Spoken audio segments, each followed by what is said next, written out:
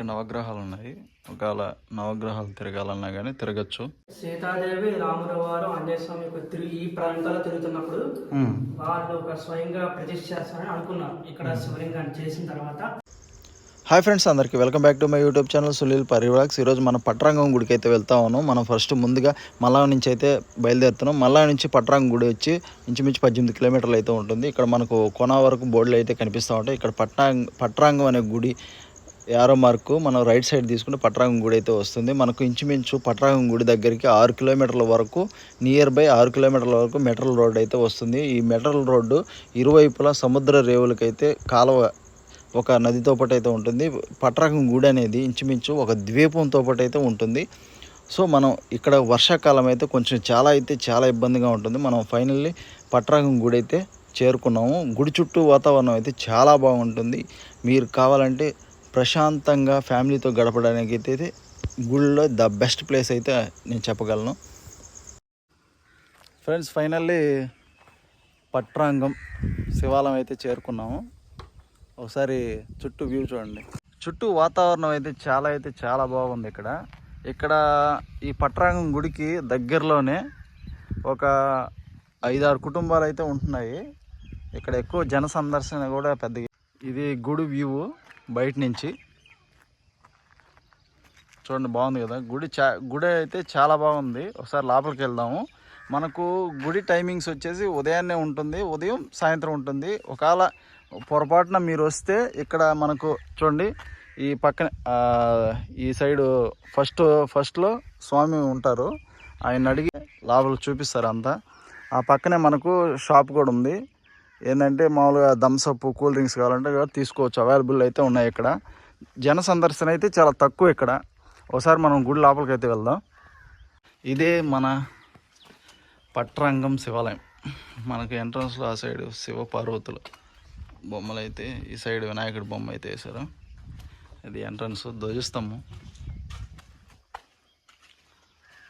గుడి వాతావరణం అయితే చాలా బాగుంది. జనాలు అయితే లేరు, మెయింటెనెన్స్ బాగుంది. ఇక్కడ చుట్టూ పచ్చని చెట్లతో చాలా బాగుంది. ఇదే ధ్వజస్తంభం. నా దగ్గర డ్రోన్ లేదు, డ్రోన్ కానీ ఉంటే చాలా బాగుంటుంది. సార్ పైనుంచి వ్యూ పాయింట్. సరే గుడి అంతా చూడండి, ఎంత ప్రశాంతమైన వాతావరణం.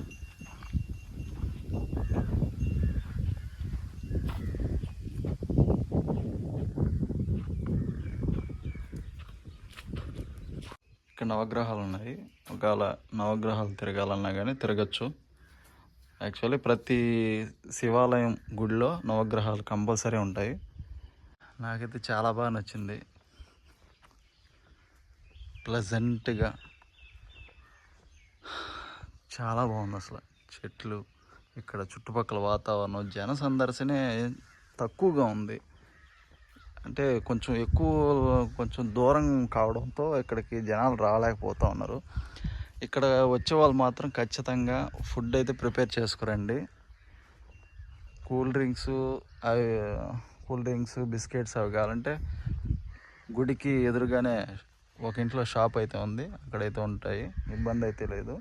కాకపోతే భోజనం అలాంటివి అయితే కొంచెం ఇంట్లో ప్రిపేర్ చేసుకొని రావడమే బెటరు.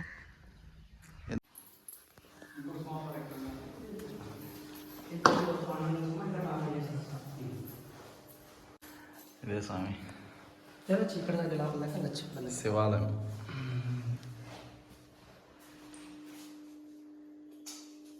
దేవుడు చూడండి, మనకు పక్కనే స్వామి రామలింగేశ్వర స్వామి. బాగా తెలుస్తా ఉంది. రామలింగేశ్వర స్వామి శివాలయం.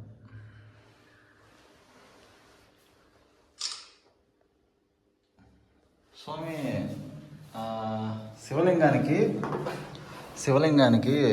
ఇప్పుడు అది పెకలించినట్టుంది కదా, అది ఎట్లా ఏమైంది? అంటే సీతాదేవి రాముల వారు ఆంజనేయ స్వామి యొక్క ఈ ప్రాంతాల్లో తిరుగుతున్నప్పుడు వాళ్ళు ఒక స్వయంగా ప్రతిష్ఠ చేస్తారని అనుకున్నారు. ఇక్కడ శివలింగాన్ని చేసిన తర్వాత ఆంజనేయ స్వామిని ఒక ఇసుక తెమ్మంటారు, నేను తయారు చేస్తానని ఆంజనేయ స్వామి కూడా అంటారు. అప్పుడు ఈయన ఏం చేస్తుంటే రాముల వారు సీతాదేవి లక్ష్మణుని కలిసి నువ్వు తీసుకున్న స్వామి నువ్వు కూడా తయారు చేస్తుంటే తేడానికి ఒక సమయం లేట్ అవుతుంటుంది తేడానికి. అప్పుడు రాముల వారు సీతాదేవి లక్ష్మణుని కలిసి శివలింగాన్ని తయారు చేస్తారు. రామలింగేశ్వర స్వామి పేరు పొందిన శివలింగం పేరు రామలింగేశ్వర స్వామి. మీరు చూసారు ఫస్ట్ శివలింగాన్ని చూసింది పాండురంగ స్వామి అంటారు. ఆంజనేయ స్వామి స్వయంగా తయారు చేస్తారు. అప్పుడు రాముల వారు అంటారు ఆంజనేయ స్వామి ఉగ్రం ఎక్కువ, అంటే నేను చేస్తాను మీరు ఎంత చేస్తుంటా. అప్పుడు ఈ ఆయన ఒక కోపంతో ఈయన ప్రకటిస్తాడు శివలింగాన్ని నేను తీసేస్తాను, రాదు. ఎప్పుడైతే ఆయన ఈ వేలుతో ప్రకటిస్తాడో ఆ వేలు ముద్దలని కూడా పడిపోతాయి. ఎప్పుడో ఒకసారి అక్కడ నీళ్లు వస్తుంటాం, అప్పుడు సముద్రం ఉండేది, సముద్రం వచ్చి తగిలేసి వెళ్ళేది, అంటే అచ్చు కూడా ఎవరు ఉండేవారు కాదనమాట. సముద్రం నీళ్ళు వచ్చి స్వామివారికి అంటే అలలు ఎలా వస్తాయో ఇప్పుడు మనిషి అలలు అలా అలలు వచ్చి స్వామివారి ముంచి ఒకేసారి అప్పుడు వెళ్ళేవారు అనమాట రెండు శివలింగానికి. ఈ అంతని ఈ గుడి పేరు పాండురంగ క్షేత్రం అని పేరు. పాండురంగేశ్వర స్వామి రామలింగేశ్వర స్వామి పేరు పొందిన క్షేత్రం ఇది. అదనమాట. ఇక్కడ వచ్చేసి ఎవరైతే ఈ ఆలయంలో రుద్రాభిషేకం కానీ మృత్యుంజయ హోమం కానీ నవగ్రహ హోమం కానీ చేయించుకుంటారు, అలాగే కామాక్షమ్మ తల్లికి కుంకుమాభిషేకం చేయించుకుంటారు, కుంకుమ పూజ చేయించుకుంటారు.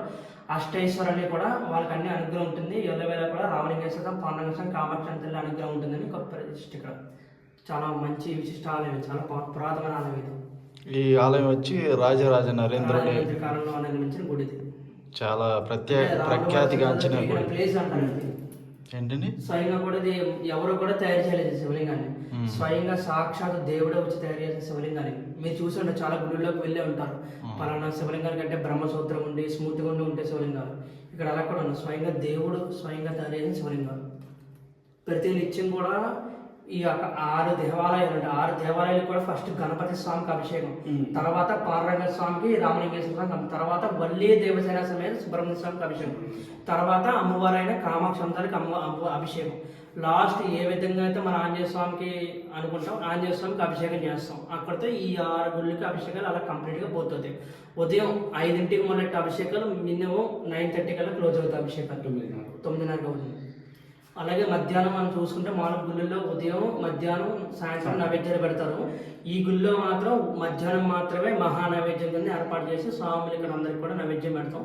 ఇక్కడ పెట్టిన నైవేద్యం కూడా ఒక మెతుకు కూడా ఉండదు, మేము పెడతాం. చెమ్మలో నీళ్ళు పెడతాం. మామూలుగా ఏంటంటే చాలా మంది గుళ్ళలో నీళ్ళు పెట్టి వెళ్తారు, ఇక్కడ చెమ్మలో పెట్టిన నీళ్ళు కూడా ఏముండవు, సాయంత్రం అన్నీ కూడా ఇదైపోతాయి, ఏముండవు. Okay sir, thank you sir. Okay friends, ఈ వీడియో మీకు ఎలా అనిపించిందో కామెంట్ చేయండి. ఇప్పటివరకు మన ఛానల్ ఎవరైనా సబ్స్క్రైబ్ చేయకపోతే ఖచ్చితంగా సబ్స్క్రైబ్ చేసుకోండి. ఇలాంటి మరిన్ని వీడియోస్ కోసం మన ఛానల్ చూస్తూ ఉండండి.